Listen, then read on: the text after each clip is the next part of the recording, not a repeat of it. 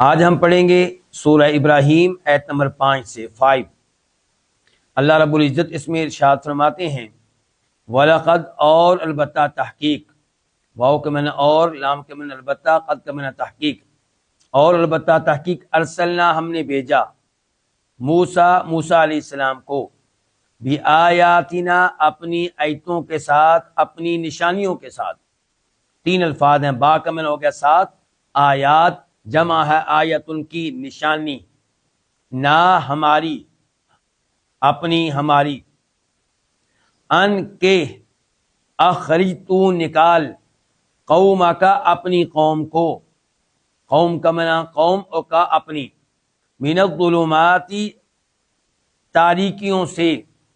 الظلمات جمع ہے کس کی؟ ظلمتن کی، ظلمت الواحد کو کہتے ہیں ایک تاریکی کو، الی النوری روشنی کی طرف، وذکرہم واو کے معنی اور، ذکر یاد دلا، ذکر تو یاد دلا ہم ان کو، بایام اللہ اللہ تعالیٰ کے ایام، ایام یوم کی جمع ہے، اللہ تعالیٰ کے ایام اللہ تعالیٰ کے دن، اور مراد اس سے وہ دن ہے جس دن کوئی نادر قسم کا، عجیب قسم کا واقعہ پیش آیا ہو، کوئی بہت بڑی مصیبت آئی ہو یا بہت بڑا انعام ہوا ہو۔ انا بے شک، فی ذالک اس میں، فی کا معنی میں، ذالک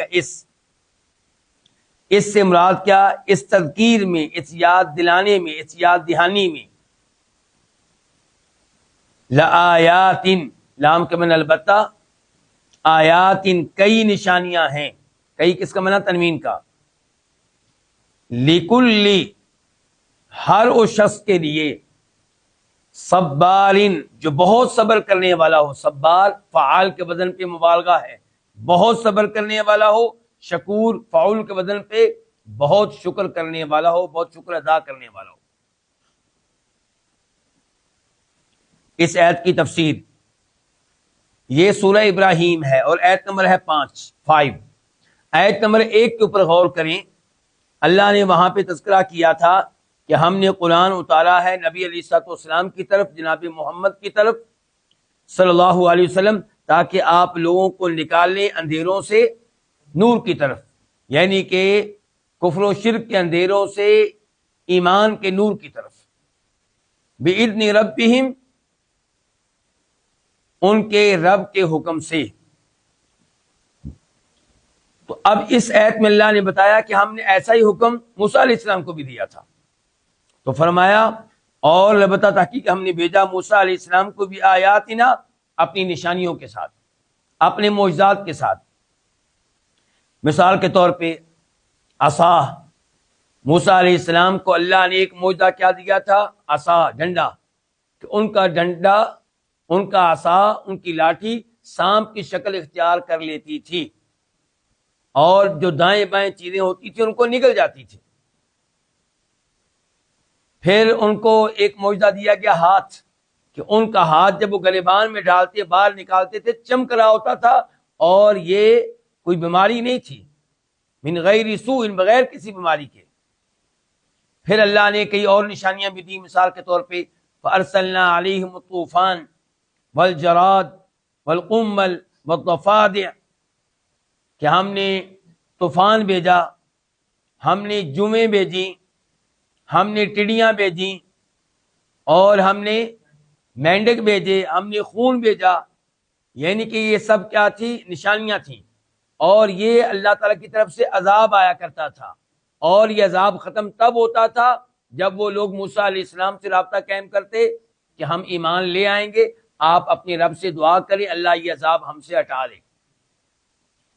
موسیٰ علیہ السلام دعا کرتے تو اللہ کا یہ عذاب ہٹ جاتا، ختم ہو جاتا۔ تو کیا یہ واضح طور پہ اللہ کی طرف سے معجزہ اور نشانی نہیں تھی؟ یقیناً تھی۔ تو فرمایا البتہ تحقیق ہم نے بھیجا موسیٰ کو اپنی نشانیوں کے ساتھ، کہ تو نکال اپنی قوم کو، نکال اپنی قوم کو تاریکیوں سے نور کی طرف، وذکرہم بایام اللہ،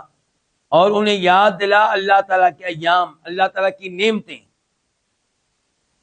ان فی ذلک لآیات لکل صبار شکور، بے شک اس یاد دہانی میں، یاد دہانی کس کی؟ اللہ کی نعمتوں کی، کہ اللہ نے کیا کیا نعمتیں دی ہیں اور کب کب اللہ نے کون کون سی نعمتیں دی تھیں۔ جب یہ چیزیں ذکر کی جائیں گی تو اس میں نشانی ہوگی، اس میں سبق ہوگا، اس میں عبرت ہوگی، اس سے فائدہ ملے گا، لیکن کس کو؟ اس کو جو بہت صبر کرنے والا ہو، جو بہت شکر ادا کرنے والا ہو، صبر کرنے والا ہو اللہ تعالیٰ کی طرف سے آنے والے مصائب پہ، صبر کرنے والا ہو نیکی پہ، یعنی کہ استقامت اختیار کرنے والا ہو، مسلسل نیکی کرے، مسلسل نمازیں پڑھے، مسلسل روزے رکھے،